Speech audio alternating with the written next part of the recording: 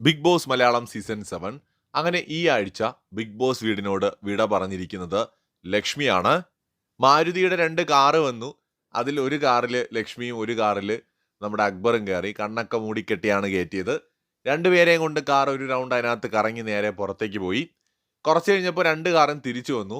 അതിൽ നമ്മുടെ അക്ബറുണ്ട്, പക്ഷേ ലക്ഷ്മിയില്ല. വ്യത്യസ്തമായ രീതിയിൽ അങ്ങനെ ലക്ഷ്മി ബിഗ് ബോസ് വീടിനോട് വിട പറഞ്ഞിരിക്കുകയാണ്.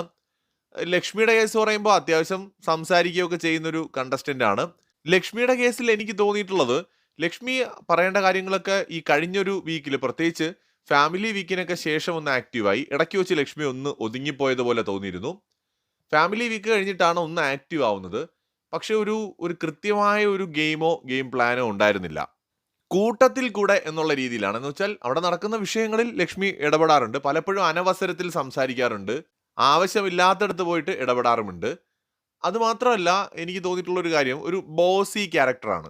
ഒരു ബോസ് ലുക്കിലൊക്കെ നിന്നിട്ട് അത് ബിഗ് ബോസിനകത്ത് ഒരു സക്സസ്ഫുൾ ആയിട്ടുള്ള ഒരു സ്ട്രാറ്റജി ആയിട്ട് തോന്നിയിട്ടില്ല.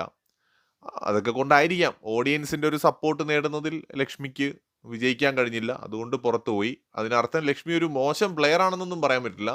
ഒരു സ്ട്രോങ് ആയിട്ടൊക്കെ നിന്ന ഒരാൾ തന്നെയാണ്. കൂടുതൽ അപ്ഡേറ്റ്സുമായി വീണ്ടും വരാം.